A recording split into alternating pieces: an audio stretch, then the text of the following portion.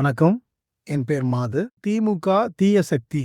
NDA கூட்டணி பிரதான கட்சியான பிஜேபி கொள்ளை எதிரி என்று 2 எதிரிகளையும் இனம் காட்டி மக்களிடத்திலே 2K கிட்ஸ் இடத்திலே தன்னுடைய செல்வாக்கை பெருக்கி களம் கண்டு 108இல் 106 பெற்றுக்கொண்டு சிறுபான்மை வைத்து ஆட்சி அமைத்திருக்கின்ற திரு விஜய் அவர்கள் எந்த சூழ்நிலை வேண்டுமானாலும் இந்தியா கூட்டணியில் அங்க வகிக்கின்ற திமுக தவணை ஏற்றுக்கொண்டிருக்கின்ற சிபிஐ, விசிகே மற்றும் ஐஎம்எல் வெளியேறும் என்ற கடிப்புடன் அந்த முன் ஆலோசனையுடன் அவர் திட்டமிட்டு பிஜேபியுடன் கூட்டணி வைத்துக் கொண்டு ஏடிஎம்கேவை இன்றைக்கு 2ஆக உடைத்திருக்கிறார் என்பதுதான் யதார்த்தமான உண்மை என்று நான் என்னுடைய பட்டறிவுக்கு உள்வாங்கியதன் அடிப்படையிலே உங்களிடத்தில் இதை சொல்ல விரும்புகிறேன். எப்படி என்று சொன்னால், இந்தியா கூட்டணி என்பது பிஜேபி தலைமையிலான கூட்டணி என்பது கொள்கை எதிரி என்று குறிப்பாக மக்களிடத்திலே பிரச்சாரம் செய்துதான் இந்த விஜய் அவர்கள் தற்போது முதலமைச்சராக இருக்கிறார்.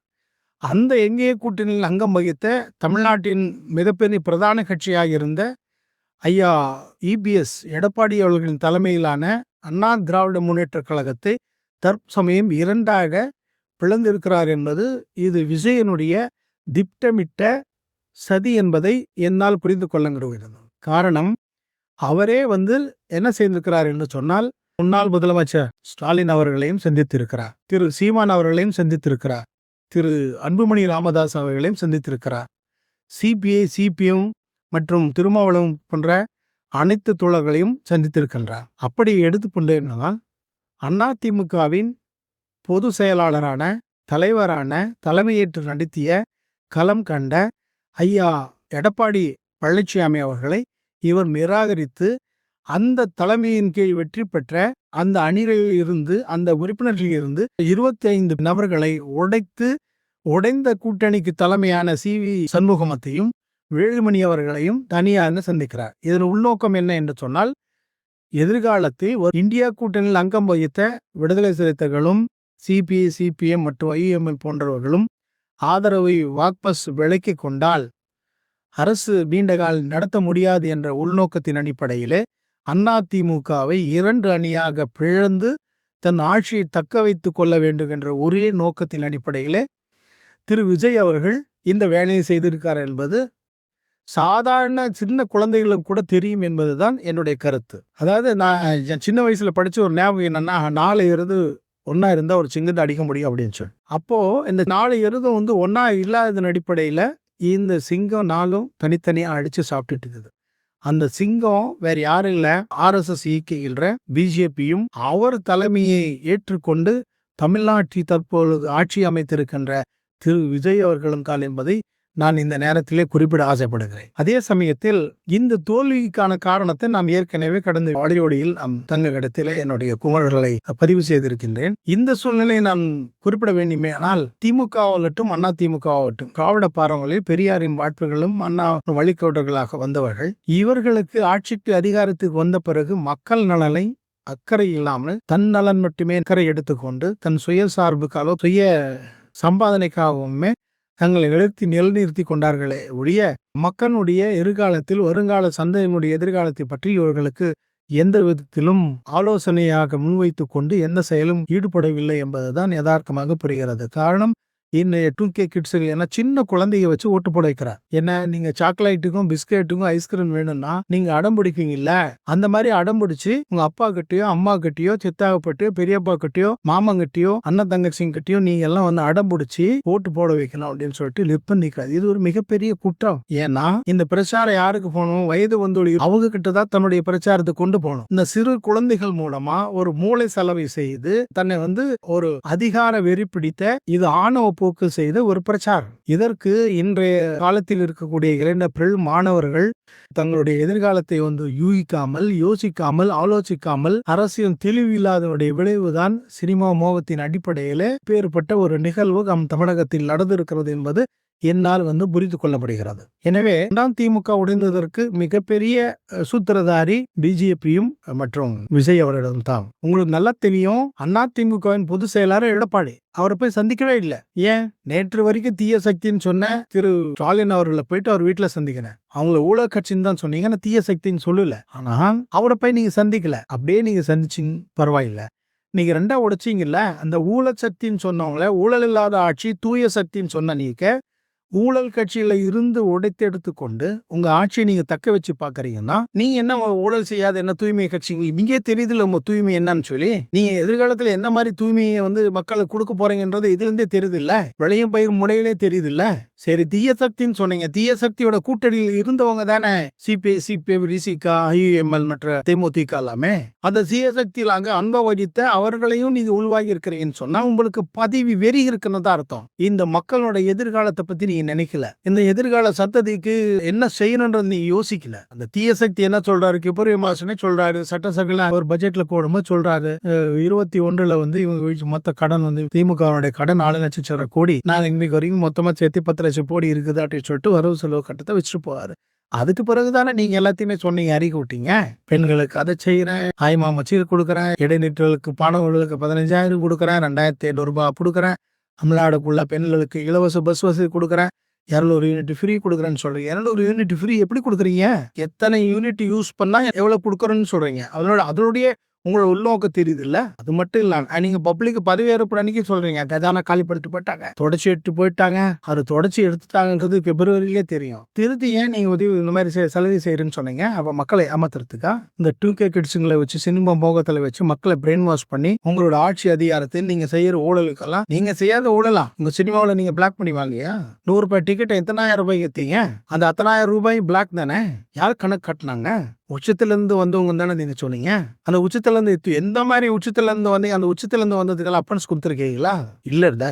சோ உங்களோட பதவி வெறிக்காக, உங்கள் அதிகார மோகத்துக்காக, உங்களை நீங்க நிலைநிறுத்தணுன்றதுக்காக தீய சக்தின்னு சொன்ன அந்த அழைப்புல இருந்தவங்களே அந்த கூட்டணியில் இருந்த ஒரு பங்கை எடுத்துக்கொண்டு ஊழல் சக்தி என்று சொன்ன அதிமுக தலைமையிலான அந்த உறுப்பினர்களையும் ஒரு பகுதியை உடைத்து நீ ஆட்சி நடத்துறதுக்கு பாதறின்னு சொன்னா உங்களோட எதிர்கால நோக்கம் என்ன? நீ என்ன தூய சக்தி? இது மக்கள் தான் சீர்தூக்கி பார்க்கணும். அதனால உண்மையிலே பிஜேபி அருமையா களங்கண்டதாங்க. என்னோட கருத்து எப்படி சொன்னா, 2 எதிரிகளை ஒரே சமயத்துல எதிர்க்கிறது பெரிய கஷ்டம்னு சொல்லிட்டு ஒரு எதிரி ஒழிச்சாலா 2வது எதிரியை உழைக்கிறது ஈஸின்னு சொல்லிட்டு கூட இருந்தே குழிப்பறிச்சிருக்காங்க. உதாரணத்துக்கு பீகார், மகாராஷ்டிரா போன்ற மாநிலங்கள்ல கூட்டணி வச்சு எப்படி அந்த மாநிலத்தில் இருந்த அரசை வீழ்த்தி அங்க இருந்த உறுப்பினர்களை தன்மைப்படுத்தி எப்படி அவங்க ஊழல் வாஷிங் எப்படி பண்ணாங்களோ அதை போடதான் அதிமுக கூட கூட்டணி வச்சு ஆட்டை கடிச்சு மாட்டை கடிச்சு மனுஷனை கடிச்ச விதமா அதிமுகவுமே திட்டமிட்டு ஒழிச்சாங்க. அம்மா ஜெயலலிதா அவர்களை மோடியான் ஏடியான்னு சொல்லி கேட்டாங்க. அவங்கள எப்படி பண்ணாங்கன்றது உங்களுக்கு நல்லா தெரியும். சின்னம்மாவை எப்படி ஜெயிலில் போட்டு அவங்கள எப்படி கண்டிஷன் போட்டு அவங்கள எப்படி அரசியல் விளக்குனாங்களோ உங்களுக்கு தெரியும். அதுக்கு முன்னாடியே டிடிவி எப்படி வெளியே கொண்டு போனாங்கன்றது உங்களுக்கு தெரியும். அம்மையார் இருக்கிற போது பொறுப்பு முதலமைச்சராக இருந்த ஓபிஎஸ்க்கும் இபிஎஸ்க்கும் சண்டையை மூட்டி ஊர் இன்னும் கொட்டா கூத்தாடி கொண்டாடுற மாதிரி எப்படி அதை உடைச்சாங்கிறது உங்களுக்கு நல்லா தெரியும். கடைசி வரைக்குமே தலைமை செயலகன்றதை விட்டுட்டு அண்ணா அறிவாலயத்தை விட்டுட்டு டெய்லி மாறி மாறி படையெடுத்தாங்க. இவங்களுக்குள்ள ஒற்றுமை இல்லாதனுடைய விளைவு பதவி மோகம், பதவி ஆசை, இவங்க செஞ்ச ஊழல் எல்லாம் மத்திய அரசு கிட்ட இருக்குதுன்ற ஒரே காரணத்துக்காக அதிகாரத்தை தக்க வச்சிருந்ததுக்காக மாறி மாறி போனதோட விளைவு அவர்களுக்கு சாதகமாச்சு, கட்சியில் இருமணமாகிட்டாங்க. இதுதான் யதார்த்தம். இதை அதிமுக கடைமட்ட ஊழியர்கள் புரிஞ்சுக்கணும். நம்ம யார் கூட பயணிக்கணும், எதுக்காக பயணிக்கணும், நம்ம நோக்கம் என்ன, எதிர்கால சந்ததிக்கு நம்ம எதை விட்டுட்டு போனோம், எதை சொல்லி கொடுக்கணும்ன்றத மறந்துட்டீங்க. காரணம் என்னன்னா RSS திட்ட அஜெண்டா, அந்த வர்ணாசிரமம், அந்த கட்டமைப்பு, அந்த ஜாதிய கட்டமைப்பு, பிரம்மா வைஷ்ய சத்திர சூத்ரன்ற வர்ணங்கள் இருக்குன்னு சொல்றோம். அதுக்கு நீங்க அடிமையாகிறீங்க. ஜாதிய வெறிய உள்வாங்கிக்கிறீங்க.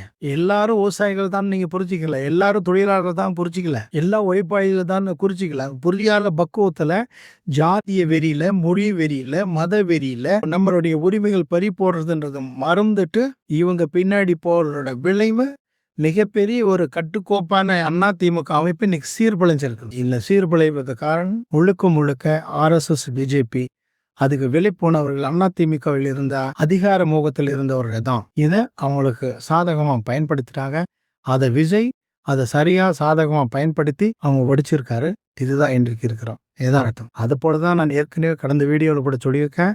டாக்டர் ஐயா அந்த நம்ம வன்னிய பிற்படுத்தப்பட்ட மக்களுக்காக, மிகவும் பிற்படுத்தப்பட்ட மக்களுக்காகவும், தலித் மக்களுக்காகவும் எவ்வளவு சிகரம் தெரிந்த போராட்டம்லாம் பண்ணாரு, காங்கன்னாரு. அப்பேற்பட்ட ஒரு பாட்டாளி மக்கள் கட்சியை தகப்பனுக்கும் மகனுக்குள்ள பிரச்சனையை உருவாக்கி அதை எப்படி உடைச்சிருக்கிறாங்கிறது உங்களுக்கு நல்லாவே தெரியும். இதெல்லாம் நான் சொல்லணுன்ற அவசியம் இல்லை. இப்படிக்கு அந்த ஐயாவோட மதிப்பு மரியாதை எந்த இடத்துல இருக்குது? டாக்டர் அன்புமணி ராமதாஸோட மதிப்பு மரியாதை எந்த இடத்துல இருக்குது? இதுக்கெல்லாம் காரணம் என்ன? யாரை நம்பி போனீங்க? அந்த நம்பணும், அதை நீ கழுத்துருக்குறாங்க.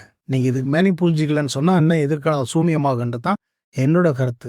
ஐயா எடப்பாடி அவர்களுக்கு இளவுட இருந்தாலும் மாலையினர் தான் உள்ளோம், மணவ மேடையா இருந்தாலும் மாலையினர் தான் உள்ளுன்னு சொல்லிட்டு அந்த அதிகார துஷ்பிரயோகம், அதிகார மோகம், அதிகார வெறி, அரவணைப்பு இல்லாதது. நான் தான் எல்லாமே யூரோயிசா, சுப்ரியாரிட்டி காம்ப்ளெக்ஸ், நான் என்ற போக்கு, இந்த ஆணவம் எந்த அழிவுல போய் முடிஞ்சிருக்குது. கலகத்தை கட்டி காப்பாத்த ஐயா எம்ஜிஆர் அவர்கள், அம்மையார் ஜெயலலிதா, அதில் பிறகு வந்தவங்க நீங்க 1.5 கோடி மக்களுடைய உறுப்பினர்களை வச்சிருந்தேன்னு சொல்றேன். இன்னைக்கு என்ன இருக்கு கடமை? நீங்க பண்ண ஊழலை மறைக்கிறதுக்காக ஒன்றிய அரசு கிட்ட பணிஞ்சு போறீங்க. பணிந்து போறனுடைய விளைவு என்ன இருக்குது? கடைசி உங்களோட கூடாரமே காலியா இருக்கு. யாரும் மதிச்சு விழா உங்க கட்சிக்காரரையும் நீங்க மதிக்கல, அரவணைச்சு விழா இல்ல. ஏன்னா நீங்க வளர்ந்த முறை அப்படி. வரப்பு தவறாக சண்டை போட்டவங்க தானே, வாய்க்க தகவல் சண்டை போட்டவங்க தானே, அங்காளி பங்காளி கிட்ட சண்டை போட்டவங்க தானே. எல்லா மக்கள்கிட்டையும் அனுசரணை போகணுன்ற புத்தி எப்படி வருங்கிறது? வராது. அந்த வராதனுடைய விளைவு தான் நான் என்ற போக்கு தான் இந்த அழிவுல போய் நின்று இருக்கு. எதற்கு மேலேயாச்சும் சுயவிமர்சனம் பண்ணிக்கிட்டு எல்லா தோழர்களையும் கட்சி தொண்டர்களையும் அரவணைச்சு, எப்பயுமே ஒரு தோல்விக்கு பிறகு ஒரு சுயவிமர்சன மீளாய்வு செய்யும். அந்த மீளாய்வுல தான் தவறுகளை கடிக்கும், தவறுகளை என்னன்னு தெரிஞ்சு ரெக்டிஃபை பண்ணிக்குவோம். அதுதான் ஒரு அடுத்த கட்ட பாய்ச்சலுக்கு, அடுத்த கட்ட வேகத்துக்கு, அடுத்த கட்ட வளர்ச்சிக்கு ஒரு உத்வேகமா இருக்கும். அது நீங்க செய்யறதே இல்லை. போன மாட்டை தேடுறதுல வந்த மாட்டை பிடிச்சி காட்டுற நிலையில தான் இருப்பீங்க நீங்க. இதுதானே உங்களோட நிலை. அதுதானே இந்த நடுத்தரில் சந்திச்சிருக்குது. இதில் அதிமுக தொண்டர்கள் ஆழமா புடிச்சுன்னு சொல்லினத வேண்டுகோள். ஒரு பழமொழி சொல்லுவாங்க, என்னன்னா வனத்தை விட்ட கோரமும் ஜனத்தை விட்ட மனுஷனும் ஒன்னா விளையாட்டு. நீங்க வனக்கிறீங்க இல்ல, மனுஷால்கிட்டீங்க இல்ல. தயவு செஞ்சு தோழர்கள் புரிச்சிக்கணும், சுயமர்சனம் கண்டிக்கணும், அடுத்த கட்ட பாய்ச்சலுக்கு நகர்ந்து போனோம். அப்படின்றது என்னோட பெரிய அவள் எதிர்பார்ப்பு. இது எல்லாருக்கும் பொழுதுன்னு நான் நினைக்கிறேன். தயவு செஞ்சு என்னுடைய வருத்தத்தையும் மனக்குமுறவையும் மக்கள் மத்தியில தெரிவிக்கவும் கொண்டு போகணுன்ற ஆசையின் அடிப்படையில நான் இந்த விளக்கத்தை சொல்றேன். இன்னொரு முறை என்னோட வேண்டுகோள் என்னன்னா, ஆலம் லைஃப் சேனலை சப்ஸ்கிரைப் பண்ணாதவங்க தயவு செய்து சப்ஸ்கிரைப் பண்ணுங்க. இது உங்க நண்பர்களுக்கு இந்த வீடியோவை ஷேர் பண்ணுங்க. உங்களோட கருத்துக்களை சொல்லுங்க. உங்களோட விமர்சனங்களை நான் எதிர்நோக்கிறேன். என்னோட தவறு இருந்துச்சு, ஆனால் திருத்திக்கிறதுக்கு நான் சரியா இருந்துக்கிறேன்னு சொல்லிட்டு இந்த காணொளி மூலமா என் நன்றியை தெரிவித்துக் கொண்டு வணக்கம், விடைபெறுகிறேன்.